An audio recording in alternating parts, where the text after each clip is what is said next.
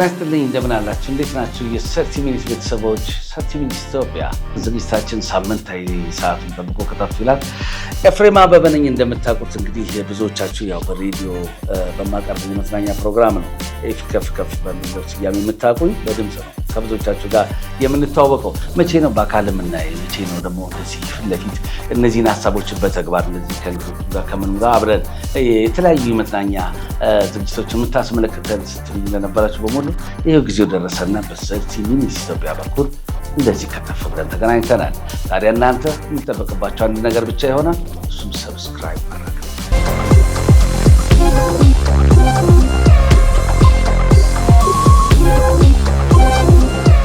ዛሬ በጣም ብዙ ጉዳዮችን ለማየት ነው በአጠረ ሰዓት ውስጥ ዝግጅት ያደረግነው።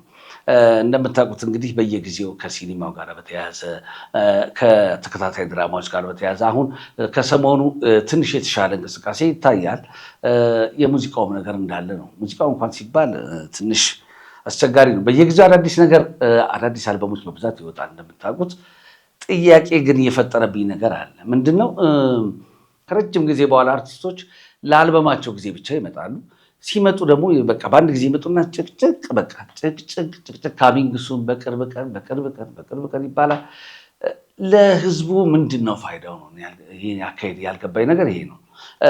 እንግዲህ ከኪነ ጥበብ ዳራው ባለፈ ወይ በሳውንድ ያደገ ነገር ብንሰማ፣ እየተለወጠ አዲስ ነገር ቢኖር፣ ወይ ደግሞ በግጥም በይዘቱ በመጣበት ሀሳብ አዲስ ነገር ቢኖር ያ ካሳ ነው።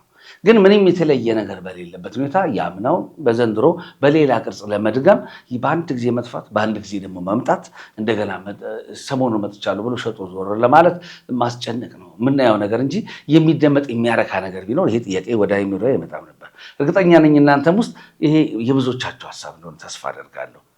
ምንም ማድረግ አልችልም። ከብዙ አርቲስቶች ጋር ወዳጅ ነኝ፣ በጣም ቅርብ ነኝ። የመዝናኛው የኢቨንቱ እንደዚህ በኢንዱስትሪ ውስጥ ነው ያለሁት። ግን ቢሆንም ከህዝብ አይበልጥም።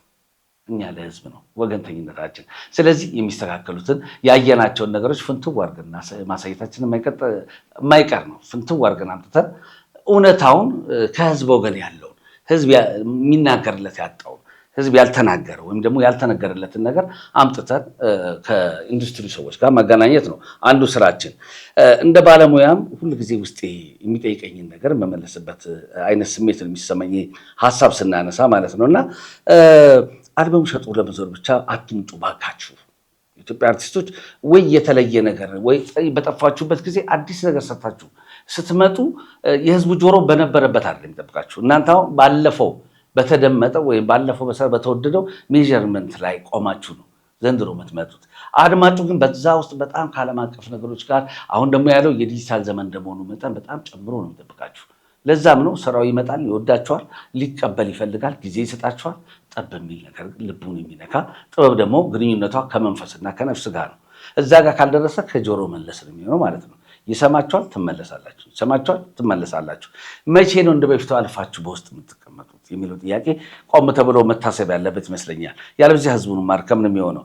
በሌሎች ኢንዱስትሪ ከጊዜ ወደ ጊዜ በጣም እያደገ በመጣባቸው የአፍሪካ ሀገራት ጭምር ብንመለከት የሙዚቃው ኢንዱስትሪ እንኳን ብንወስድ አርቲስቶቹ ወርደው ለህፃናት ከተማሪዎች ጋር ያሉ የተለያዩ ፕሮጀክቶችን ሲያበረታቱ ሲደግፉ ከኮንሰርት ውጭ ባለው ጊዜያቸው ከህዝብ ጋር ያላቸው ግንኙነት በጣም ጠንካራ ነው።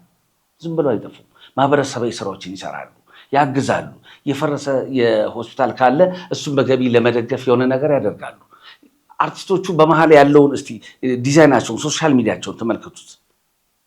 ብዙ ነገር ታገኛላችሁ። እኛ ሀገር አርቲስቶች እርግጠኛ ነኝ እናንተ አለባበሱ ላይ ምናምን ይሄ ላይቱ ፀጉሩ ምናምን ላይ ነው ያላችሁት አይደለም። አርቲስቶቹ ሌላ ዓለም ላይ ናቸው። ሌላ ዓለም ላይ ያሉ ዘፋኞች፣ ድምፃውያኖች በቃ ሌላ ሌቭል ላይ ናቸው። እውነቴን ነው የምላችሁ። ለምን እሱን እንደማትወስዱት እኔ አይገባኝም። ምንድን ነው ችግሩ? መልካም ነገር ነው። እዚህ ተባባሪ ቀና ህዝብ አለ። የሆነ ሀሳብ ብታመጡለት እኔም ከጎናችሁ ነኝ የሚል የወገን ችግር፣ የወጣት የሰራተኛ የሰው ኃይል ችግር የሌለበት ሀገር ነው ያለ ነው። የጠፋው ቅን አስተሳሰብ ነው። የአስተሳሰብ እጥረት፣ የአማካሪዎቻችሁ ዝም ብሎ እዚህ ጋር ተሰብስቦ የሚጠቅም ነገር የሚነገራችሁ የሌለ ጎበዝ ይላችኋል። ስራችሁ ቁጭ ብሎ እናንተ የምትፈልጉትም እንደዚህ አይነት አድናቂና እንደዚህ አይነት ወዳጅ ነው። ስለዚህ በዛ መካከል ጠፍታችሁ ስትመጡ ህብረተሰቡ ጋር ትመጡ ታስጨንቁታላችሁ። በማስታወቂያ ወይ የጠፋችሁበትን ጊዜ አዲስ ሳውንድ ፈጠሩበት። አዲስ ፈጠራ ይዛችሁ እንደዚህ አይነት ነገር ላይ ጊዜ ስታጠፉ አይታይም። እኔ በየስቱዲዮ ያለውን ህይወት የፈጠራ ህይወት እንቅስቃሴ በቅርበት ስለምከታተል ነው፣ ሄጄ በቦታው ስለማይ ነው። ስቱዲዮ ውስጥ ለስራ የምትመጡት የምትወሩት ግን የሌላ ዓለም ጉዳይ ነው። ስራውን የሚያሳድግ የሚያስተሳስር አብሮ መስራትም አይታሰብም፣ አብሮ መስራት አይታሰብም። ስለዚህ እንደዚህ አይነቱን ነገር እስከ መቼ ይዛችሁት የምትሄዱት? አሁን እኮ ሰው ዝም ቢል ቴክኖሎጂው ዝም አይላችሁ፣ ሲስተሙ ዝም አይላችሁ። ችግሩ እሱ ነው። አሁን ያልገባችሁ እሱ። ይህንን መረዳትና ወደፊት ቆም ብላችሁ በተለይ ተስፋ ያለኝ ቀጥሎ በሚመጣው ትውልድ ላይ አሁን ይህን የምናገረው አሁን ይሄ የእኛ ትውልድ ይሄ ይረዷል ወይም ደግሞ የነበረው የቀደመው ይረዱታል፣ አሁን ከመሀል ይቀይሩታል ብዬ አልጠብቅም። እውነት ለመናገር ትችት እንደሚመጣ ተነስታችሁ በዚህ ላይ አጠገባችሁ ያለው ትችት እንደሆነ አውቃለሁ። በዚህ ዙሪያ ላይ ውርጅብኝ እንደምታስከትሉ አውቃለሁ። ነገር ግን እውነታውን አይቀይረውም። እኛ ከህዝብ ወገን ሆነን ነገ የሚመጣው ትውልድ እንደኛ እየተራራቀ እንዲሄድ ሳይሆን ከማህበረሰብ ጋር ግንኙነት ያለውና ነገ የሚገዛችሁ ህዝብ፣ ነገ ብትቸገሩ የሚደርስላችሁ ህዝብ ዛሬ አቅሙ ባላችሁ ሰዓት እንድታስደስቱት፣ እንድትቀርቡለት፣ በክፍተቱ እንድትሞሉለት፣ እንድታስተባብሉት በህዝብና በህዝብ መሀል ነው ያላችሁት። ሌላ የትም አይደለም የአርቲስት ህይወትና እዚህ ላይ ቆም ብላችሁ እንድታስቡት እንዳሳብ ለማንሳት ነው። ይመጣል የተለያዩ አልበሞችን እያየን ነው። ሙሉ ለሙሉ መጥፎ ነው ማለት በአመዛኙ ግን አዲስ ነገር ያላቸው አይደሉም። ያለፈውን ነገር የሚያስታውስ ከራሳቸው ስራ ጋር የሚመሳሰል አለበለዚያም ደግሞ ወይ ከሆነ ዘፈን ጋር የተመሳሰለ የተቀራረበ አብዛኞቹ አዲስ ነገር ያልሞላባቸው ስራዎች እየመጡ ነውና በዚህ መንገድ ባይቀጥል ጥሩ ነው ለማለት ነው። 30 ሚኒት ኢትዮጵያን ሰብስክራይብ እያደረጋችሁ ላይክ እያደረጋችሁ ከታች አስተያየት መስጫው ላይ ያለምንም ስስት እንደወረደ ሀሳባችሁን እየሰጣችሁ የመዝናኛውን ዓለም ተቀላቀሉ። መልካም ቆይታ።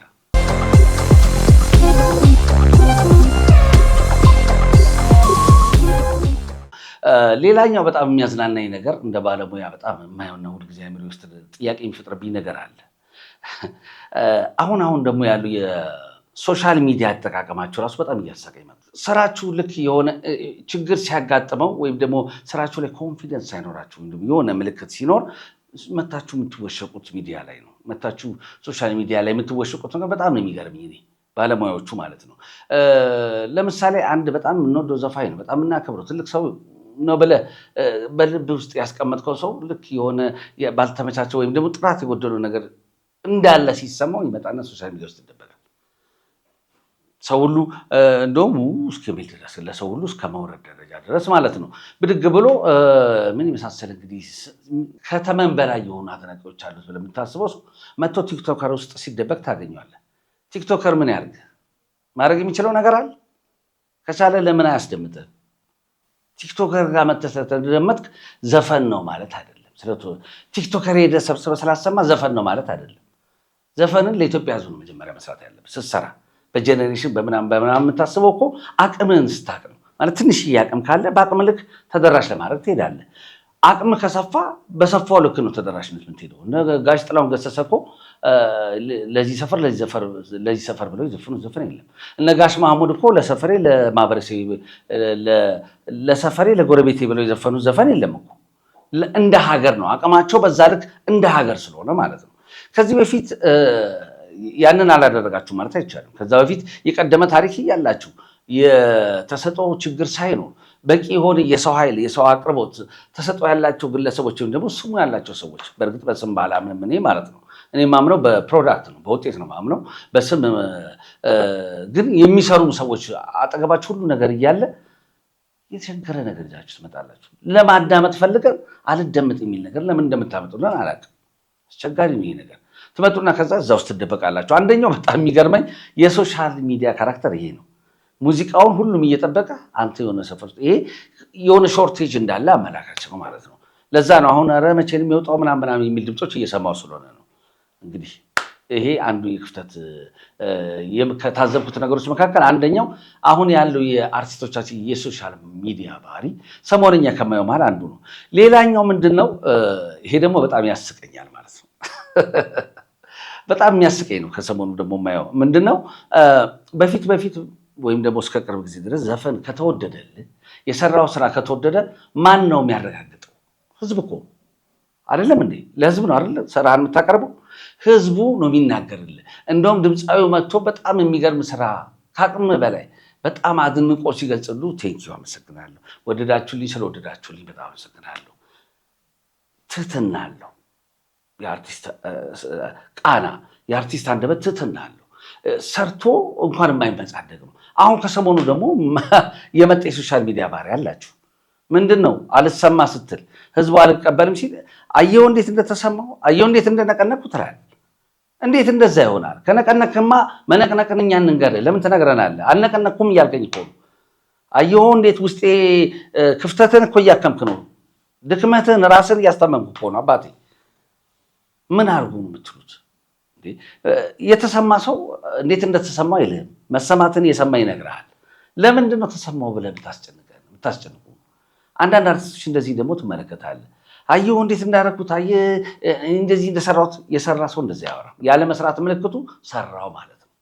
ስለዚህ እንደዚህም አይነት ትውልዶች እንደዚህም አይነት አርቲስቶችን እያየን ነው እና የሶሻል ሚዲያ ባህሪያችን እንዴት ነው? ለትውልድ ምንድን ነው እየሰራን ያለ ነው?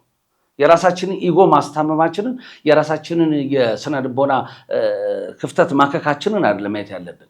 ከኛ በተሻገረ ትውልድ ምንድን ነው የሚወርሰው? ይሄን ኮንፊደንስ ብሎ ከሰራው በላይ የሚያወራ አይነት ትውልድ እንዲፈጠር ነው እንደምናስበው። እንዴት ነው አሁን ያለንበት ክፍለ ዘመን እንዴት ነው ለትውልድ እንድናስብ ግድም አይለን የሚለው ሀሳብ አለኝ። እኔ በቀደመው ዘመን እንግዲህ እኛ ከመጣንበት ዘመን ሙዚቃን ማጣጣም ከጀመርንበት ዘመን በፊት የነበሩ ሰዎች በጣም ጥበብን አክብረው አስከብረው ይኖሩ ናቸው። ይሄ በጣም መሰመር አለበት። እኛ ስንቀበል እኛ ሙዚቃዎችን ዘጠናዎቹ ትውልድ ማጣጣም ስንጀምር ከነሱ ካየነው የተቀላቀለ ነው። ከኛ ትንሽ ጨምረንበት ከነሱ ባየነው ክብር ልክ ነው። አሁን ግን ቀጥሎ ወዴት ነው የምናወርሰው? እኛ ተረከብ ከኛዎቹ የመጡት ደግሞ እንዴት ነው እያወረሱ ያሉት? ይሄ በጣም ቆም ተብሎ ሊታሰብ የሚገባበት ነገር ነው እላለሁ። በአንድ ወቅት የጋሽ ጥላሁን ዘፈን አለ፣ በጣም ተወዳጅ የሆነ ዘፈን ነው። ፈልጌ አስፈልጌ የሚል ዘፈን አለ። ጋሽ ጥላሁን ገሰሰ በዚህ ዘፈን ላይ ቪዲዮ እንግዲህ ሁላችንም አይምሮ ውስጥ ስላለ ትዕይንቱን ዋና ዋና ነገር አንሰላቸዋለሁ። ልጅቷ በጣም በፍቅር የወደዳት ልጅ አቷታል። ፈልጌ አስፈልጌ ያን ሰሞን ያጣኋት አወይ አጋጣሚ ድንገት ዛሬ አየኋት እያለ እሷን ፍለጋ ውስጥ ይገባና ጋሽ ጥላሁን ገሰሰ ካዛንቺስ እንትን ፍለጋ ይወጣል በዚህ ዘፈኑ ላይ እና ምን ተፈጠረ? የሆነ ጊዜ ላይ ይህን ዘፈን እየሰራው ደራሲ ኮምፕሌን መጣበት ማለት ነው። እንደ ሳንሱር ማለት ነው። የዛን ጊዜ ሳንሱር ነበር እና ኮምፕሌን መጣበት። ምንድነው የመጣው ነገር? ይሄ ዘፈን ከመውጣቱ በፊት ነው የምነግራቸው። ሊወጣ ሲል ሲያሳይ መውጣት አይችልም ተባለ። ለምን ሲባል ሰውን ሁሉ ስራ ፈት ልታደርገው ነው ወይ? ጥላሁን አንተ ያለ አቅም ጥበብ ያለው አቅም ቀላል አይደለም። በተሰጠው ሰው ሁሉ ይከተልሃል። እንዴት ነው ቀኑ ሙሉ ወጥቼ በፍቅር አንድ ሰው ከናወዘ ስራውን ሁሉ ነገር ይታው ነው ወይ እያልክ ያለው? ስለዚህ ይሄ ነገር የሆነ ቦታ ላይ መታረም አለበት። በተረፈ አሪፍ ነው ተባለ። ከዛ ተነስቶ ደራሲ የሆነ ሰዓት ላይ ምን የሚል ስንኝ ያስገባ? ከስራ በኋላ አጣኋት ሄድኩና ይላል። ከስራ በኋላ የምትለዋ ነገር የዚህን ሀሳቡ ዝግብ ፉርሽ አደረገችና ዘፈኑን አሳለፈችው። ምንድነው? ፍቅሩ አለ፣ ነገር ግን ስራውን ያስቀድማል። ከስራው በኋላ እሷን ፍለጋ ይወጣል። እቺ አባባል ሚኒንግ አላት። እስከዚህ ድረስ የሚመለከት ኃላፊነት የሚሰማው ትውልድ ነው ከኛ በፊት የነበረው። ኪነ ጥበብ የዚህን ያህል ነው የሚታረመው የሚያንጸው። ኤዲት ተደርጎ የሆነ ነገር እንደወረደ እንዴት ይሰራል? በጣም ነው የሚገርመኝ። አሁን ግን ያለው ነገር የምናወርሰው ነገር ፍጹም ለከታጣ በቃ እኔ አሁን ተመልሶ ሳንሱር ይግባ ወይ ደግሞ አራሚ ክፍል ይኑር በሰው የሆነ ሲስተም አጥር ውስጥ እንግባ አይደለም እያልኳቸው ያሉት። በህሊናችን ውስጥ ግን ያ ነገር ሊኖር ይገባል። ለምናቀርበው ነገር የራሳችን ኢጎ ማስበለጥ የለብንም። ከማህበረሰብ ጥቅም ከትውልድ አይበልጥም፣ ከህዝብም አይበልጥም። ስለዚህ አንተ ስራን ታቀርብለታለህ። ሰው አሪፍ ከሆነ አሪፍ ነው ይልሃል። ነገ ኮንሰርት ስትለው ይገባላል። ምን ይልላል? አቼ ካላረግም ሲል ግን እኔ አሪፍ ነኝ ካልከው በጣም የማይሆን ነገር ነው። እንደዚህ አይነት አርቲስቶች ባካችሁ ለትውልድ የማያስፈልግ ባህሪያችሁን ያዝ ብታደርጉ ጥሩ ነው ለማለት እፈልጋለሁ። ሰርችሚ ኢትዮጵያ ገና ካልተደመጡ አዳዲስና ወቅታዊ ነገሮች ዛሬ አንዳንድ ትዝብቶችና የመዝናኛው ዓለም የኢንዱስትሪውን ጥፋቶች እንዲሁም ኳሊቲዎች ጠንካራና ደካማ ጎኖች እንዲያመጣን ፍትፍት አድርገን በኤክስፐርት ሌቨል ሙያውን ተንተን አድርገን እናየዋለን። ባለሙያዎቹ የተመቻቸ አዳዲስ ኳሊቲ ነገር ሰርተው ደግሞ ሲመጡ አዳዲስና የተመረጠ ነገር ይዘው ሲመጡ እዚህ ሰርችሚ ስቱዲዮ በሌላ ሴታፕ ደግሞ እንደዚሁ አሳምረንና አስውበን በመላው ዓለም ከማህበረሰቡ ጋር የሚገናኙበትን ዝግጅት አድርገን እንመጣለን። እኛ በዘመናት ውስጥ በዘርፍ ውስጥ ኖረን ያየነውን ህዝቡ ደግሞ በቤት ውስጥ ሆኖ እንዲያየው እናደርጋለን። ይህ ሰርችሚ ኢትዮጵያ ነው።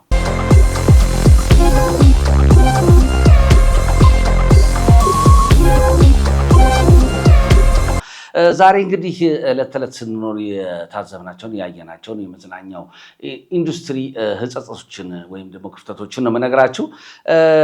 አንዳንድ ደግሞ አሉ የሚገርሙኝ ሶሻል ሚዲያው ላይ ስለ ሙዚቃ ምንም የሚያውቁት ነገር የለም። የሆነ ሰው ብድግ ይልና ተንታኝ ይሆናል። አሁን ይኸውልህ ኑሮህን ልተነትን ትችላለህ። የኖርከው ነው ኑሮውን ከማንም በላይ አንተ ነው የምታውቀው። ስለዚህ የራስን ኑሮ ማንኛውም ሰው ሊተነትነው ይችላል፣ በገባው በኖረው ልክ መጠን ማለት ነው። የጥበብ ጉዳይ ግን የሆነ ሙያዊ ነገር አለው፣ ተሰጥኦአዊ ነው በመሰረቱ። እንደውም በጣም ተሰጥኦ የሚፈልግና ጊዜ የሚፈልግ ከህዝቡ ጋር የሚኖረው ኢንጌጅመንትን በዛ ልክ ነው መሆን ያለበት። ያ ካልሆነ ምን ይፈጠራል መሰለህ?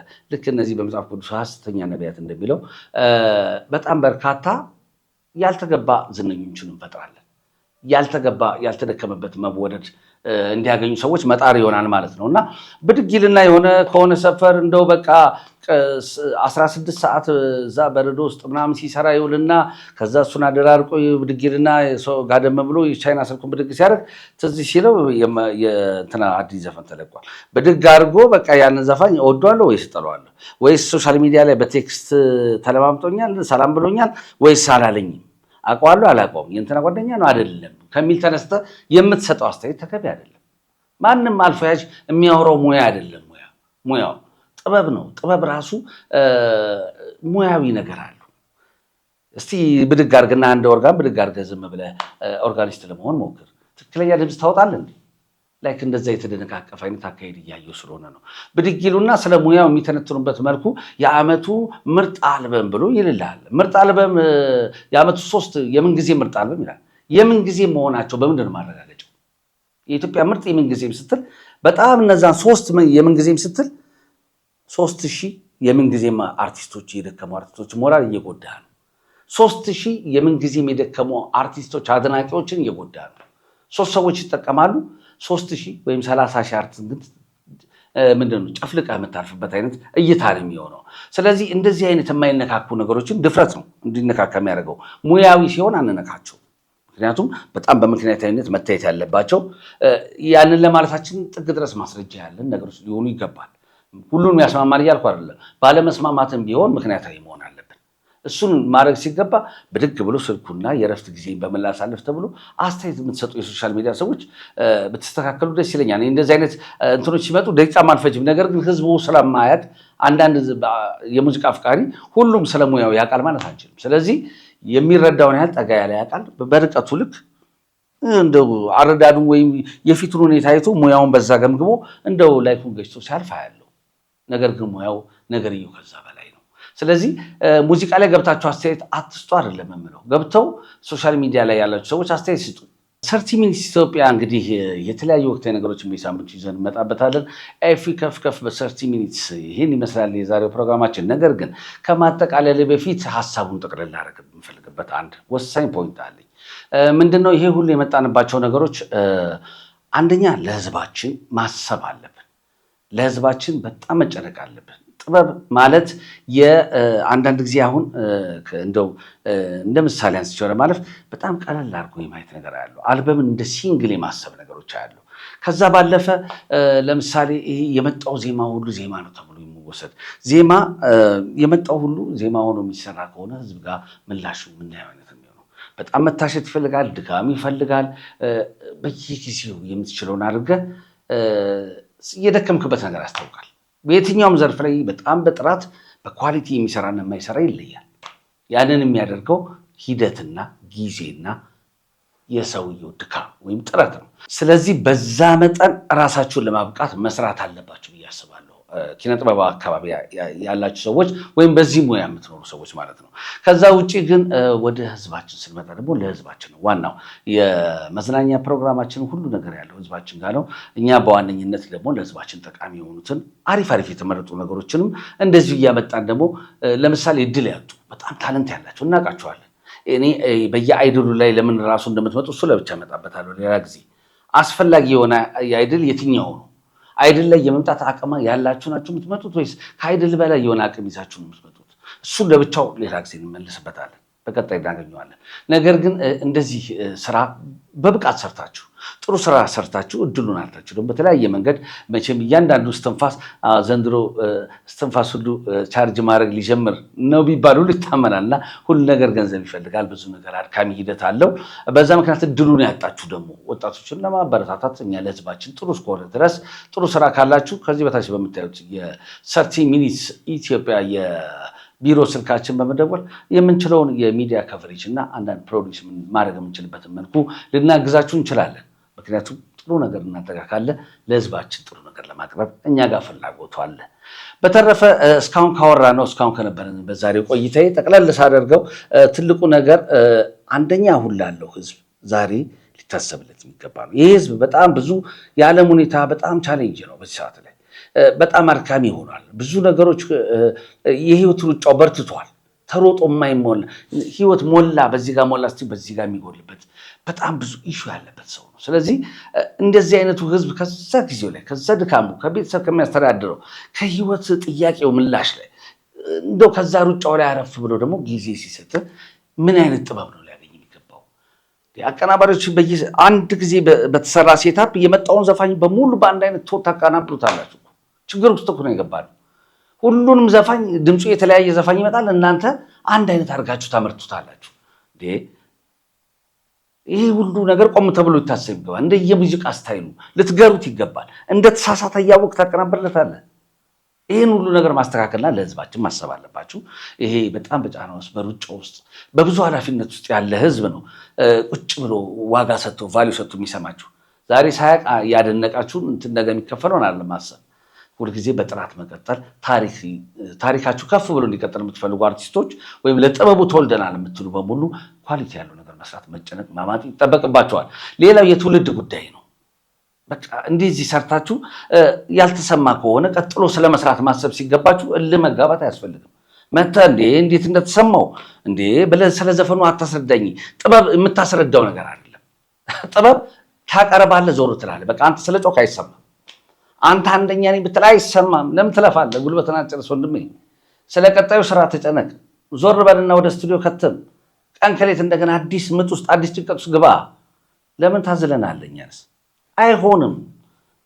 ስለ ጮህ እየተሰማ የለም። ይኸውልህ የባለጠ ከህዝቡ እየቀረብክ ይመስልሃል። በመልክ ትታወቃለህ፣ በስራ በፍቅር በመወደድ ግን እየራክ ትመጣለህ። ስለዚህ እንዲህ አይነቱን ነገር ለትውልድ የምናስብ እንጂ ትውልድ ስንል እኮ ነገ የራስህ ልጅ ማለት ዛሬ ሰነዘርከው የሰው ልጅ ላይ ማረፉን አትመልከት፣ የራስ ልጅ ላይ ይመጣል። ስለዚህ ትውልድ ማየት ያለበት ስነ ምግባር ነው። ከኛ ግብረ ገብነትን ማየት አለበት። ነገ የሚመጣው የተገራ የታነጸ ህዝብን ዝቅ ብሎ የሚያከብር የሚያገለግል አርቲስት ነው እንጂ ቀና ብሎ ከህዝብ ጋር ምላሽ የሚመላለስ አርቲስት አንፈልግም። ባጭሩ አርቲስት መሆን ያለበት አንገት ስብር አድርጎ በስራው በጥበቡ ነው የሚገለጠው። ወሬውንማ ኖርማል ህዝብ ያወራል፣ ይነጋገራል፣ ይጫጫዋል።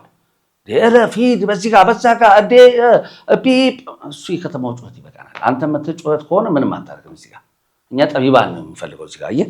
ስለዚህ እዚህ ጋራ ስራ ነው የሚናገረው። አርቲስት አንደበት የለውም። ስለዚህ እንደዚህ አይነት አርቲስቶች መፈጠር አለባቸው። የሚቀጥለውን ትውልድ በዚህ መልኩ ማነጽ አለብን። ባካችሁ የአንድ ሰው ኃላፊነት ለብዙሃኑ የሚደርስ ነው። በተለይ ሚዲያ ቀላል ነገር ነው። የሚዲያ ትንሽ የለም። በተቻለ መጠን እንድትረዱ እንፈልገው። ሚዲያ ሆኖ ትንሽ የለም።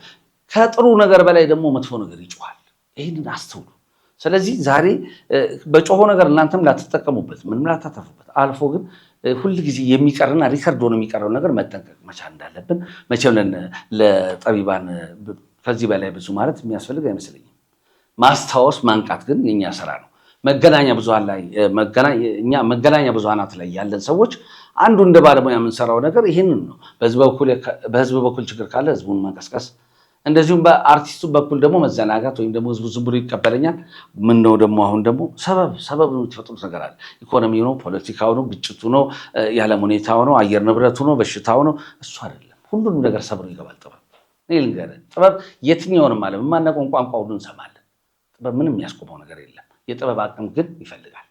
ይሄንን እንግዲህ የተላበሳችሁ አዳዲስ ነገር የምንሰማበት ሳምንት ይሁን። ጥሩ ነገር የምናዳምጥበት፣ ምክንያቱም የምንሰማው ነው ነገ በእኛ ውስጥ ተሰርቶ የምንሰማው ነው ምን መስለው። የምናየውን የምንሰማውን የሰው ልጅ የሚመስለውና ጥሩ ጥሩ ነገሮችን እያየን ጥሩ የምናፈራበት ጥሩ ከኛ የሚገኝበት ጥሩ ሳምንት ይሆንላችሁ። ለዛሬ እንደ መግቢያ እንግዲህ ጨቀጨኳችሁ። እነዚህ በሙሉ ያልተነገሩ የተሸፋፈኑ የተቀመጡ ጉዳዮች ነበሩ። አንዱ የሰርቲ ሚኒት የኤፊሾ ልዩ ፕሮግራም ይዘት ለህዝባችን ተሸፋፍኑ በማለፍ ያመጣ ነው ነገር ብዙ ጊዜ እኛም አግዘናል፣ ረድተናል። እሱ መንገድ ብዙ አላስኬደም። ስለዚህ በግልጽ ደግሞ መስራት የሚችል አቅም ያላቸው እንዲመጡ እንዲክፍትፍት አድርገን ማሳየት አለማችን ነው። የዛሬ ቆይታችን በጣም እንግዲህ በነበረን ጊዜ በጣም ደስተኞች እንደምትሆኑ ተስፋ አደርጋለሁ። እንደምትወዱትም አልጠራጠርም። አስተያየቶቻችሁን ከታች አስፍሩልን። በሚቀጥለው ሳምንት በሌላ ዝግጅት በሌላ አይነት ይዘት እንገናኛለን። መልካም ሳምንት፣ ቸር ሰንብቱ። ባይ